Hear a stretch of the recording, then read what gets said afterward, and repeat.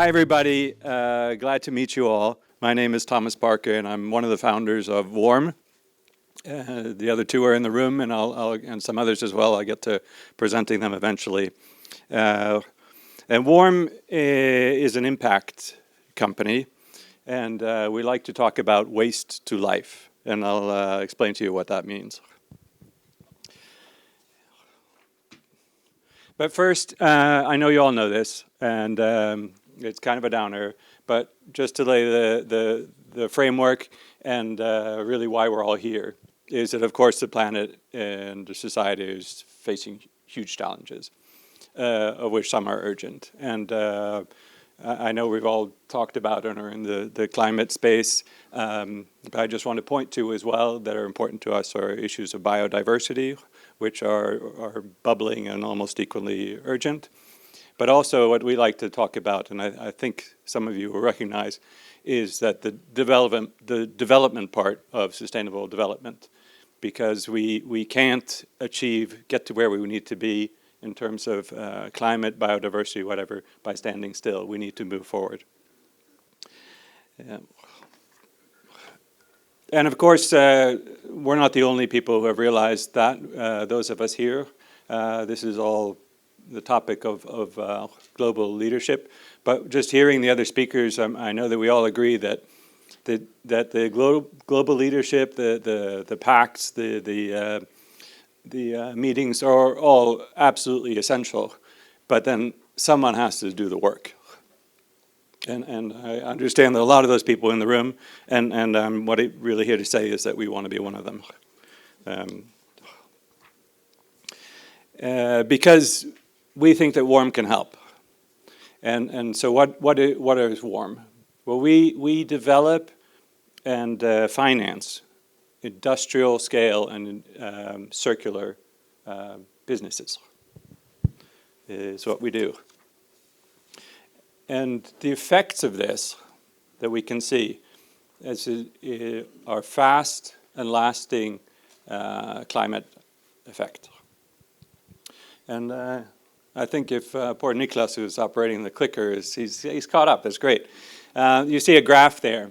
And it's really just something we, sort of the back of the envelope, started calculating that if we at WA3RM could put in place the project portfolio we had, and this is before we got talking to folks up here, is that we see that we, by recycling industrial waste streams, the climate impact that we would make doesn't solve all the problems, but it does move the needle. So this is just a back of the envelope calculation about the total Swedish emissions, and then we see the effects of our little piece of the puzzle, and it's substantial. But what might be interesting to you is what we do, recycling waste heat from industry. It's a fast action for industry. So the industries we've been working with see that they can take those first steps towards on their climate journey that we saw some descriptions of earlier today. And it's a fairly easy step, because when we work with industry, we say that we try to be a one-stop shop, so that we don't ask the industry to invest or do much more than show us where we can install some heat exchangers. And with older established industries, the big problem is usually where to put the pipes out to get out of the old industrial site. But what we really like is that we work with low-grade waste heat, which is future-proof, in that when the industries start their journeys, and the older industries that haven't come as far as some of the folks presenting here, maybe take their first steps with recycling waste heat, and then start on a journey of electrification and renewable raw materials and all that. But as Alexander was just saying, there's still a waste heat element, and that is typically the low-grade stuff when using electrical system. And that means we can still be there all those years later, when everything else is renewable, and then you can actually conceptually think about getting beyond that 0 point and actually becoming a net sink.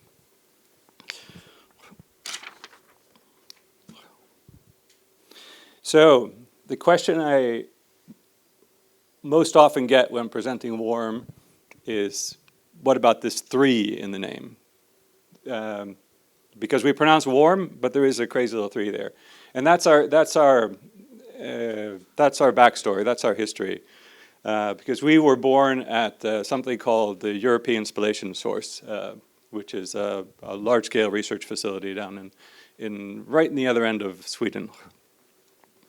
And our job, and I say our because the 3 founders of WARM assembled there, our job was to make that a sustainable research facility by implementing an energy concept called responsible, renewable, recyclable.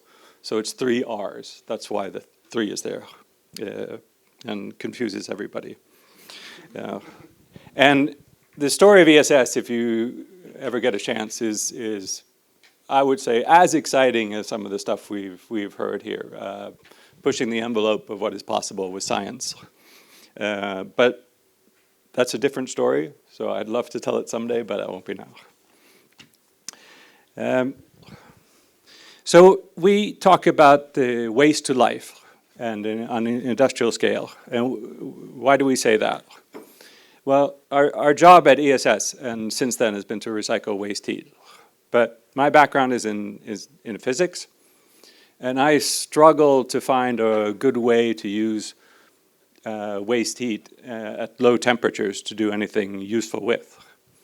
And but then because I brought in some folks who were not so deep into physics, even if it was at the ESS, they found the solution, which is in biology, because it turns out low-grade waste heat isn't of much use to make something move, but it is useful for causing organisms to grow.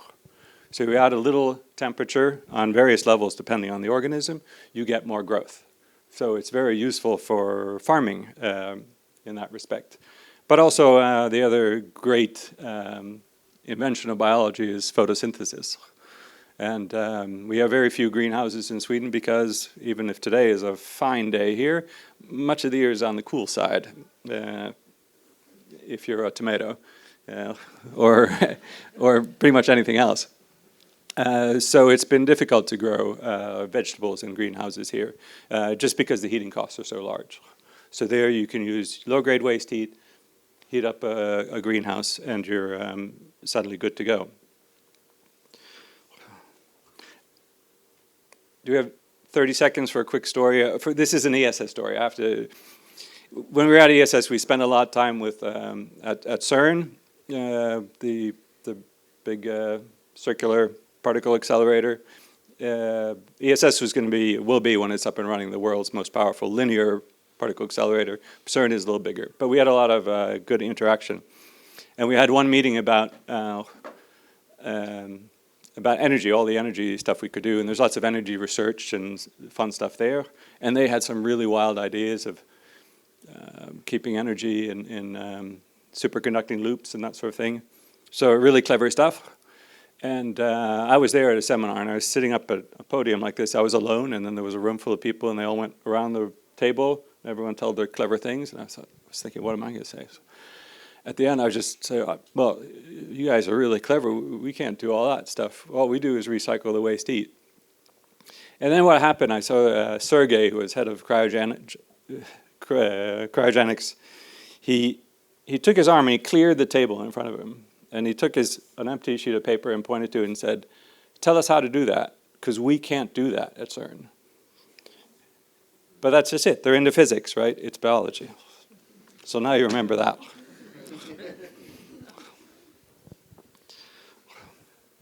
So here's how it works. We start with the waste heat. We also go to industries and we look at, well, what else is there?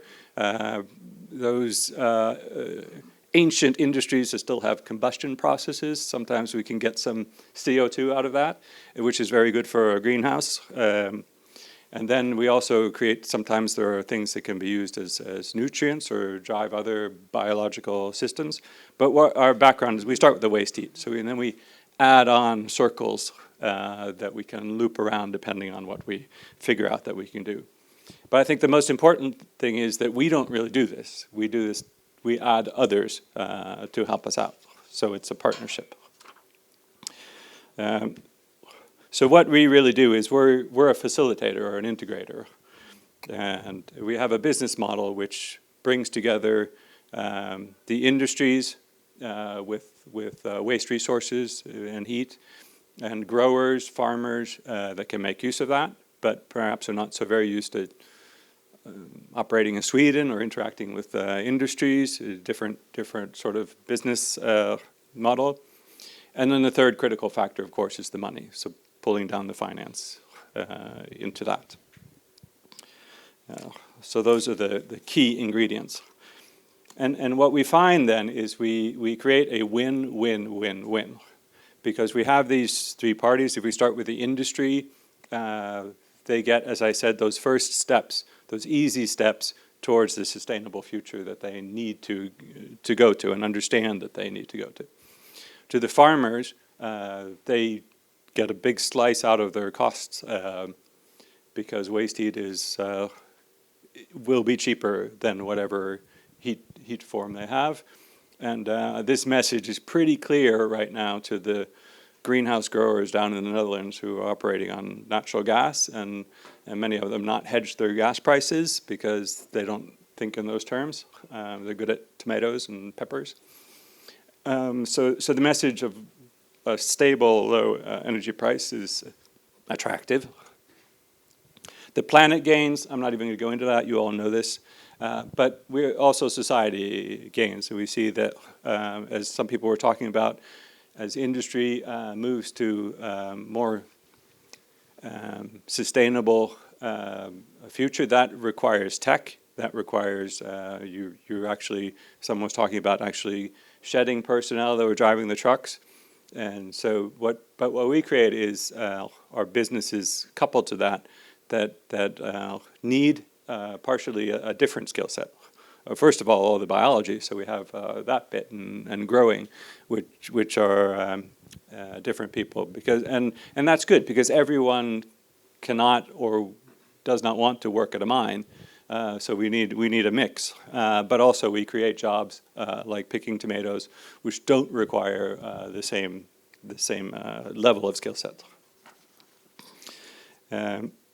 So what this puzzle that we put together we find is, well, first of all, it's obvious, but it needs saying that recycling waste heat works best in cool climates. It's a hard sell if you have 40-degree heat and it's 40 degrees outside, as it is in Spain currently, I hear.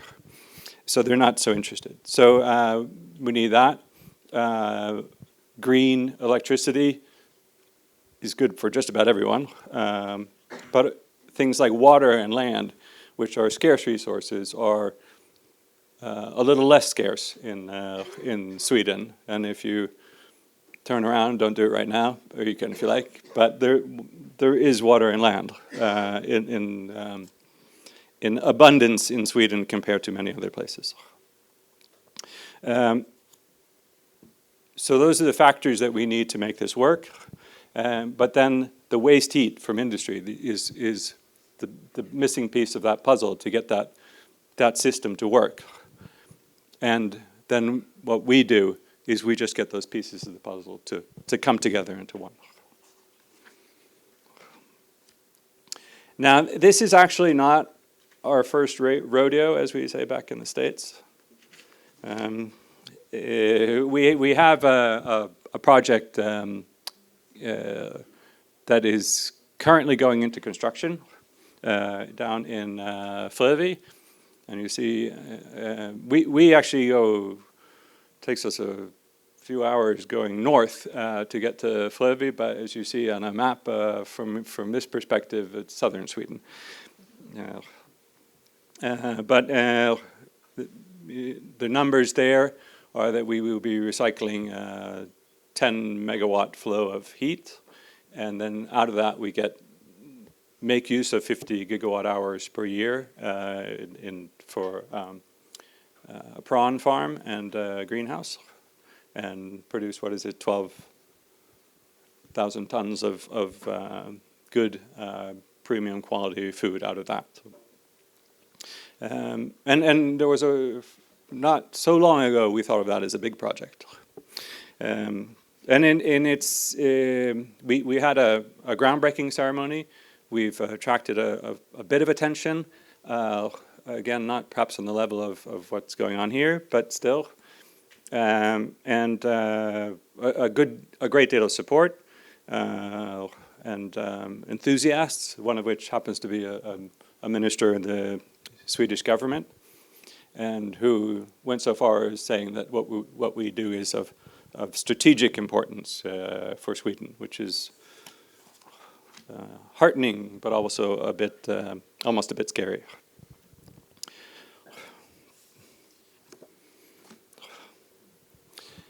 So, what are we doing here?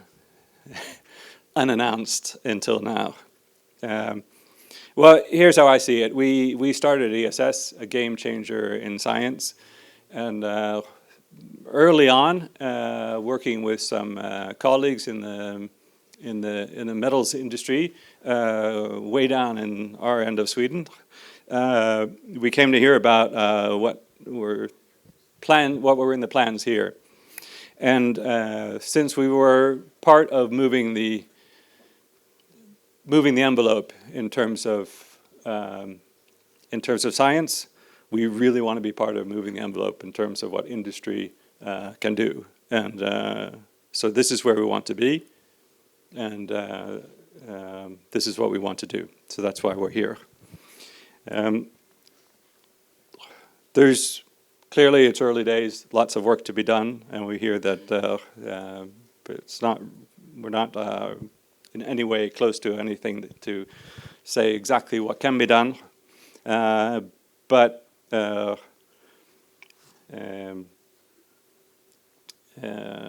it's time to start. So just to summarize, what we do is we work with industrial, it's circular, it's at scale, and we work together we create symbiosis. So we move together towards sustainability. And just to end up, we definitely feel a sense of urgency. And we like to say that we have no time for waste, but also there is no time to waste. And before I open up for some questions, I just want to, so you can direct your questions in different directions. One proof of the sense of urgency that we feel is we've brought half the company. And I just want to point out to some people that we can wave. Fredrik and Misha together, the other two founders of WA3RM that I recruited to ESS once. We have beside them, Eivind, who is our head of business development, and somewhere my boss. Yeah, I'm going to get to English. There he is. Am I doing okay? Yeah. Jacques is the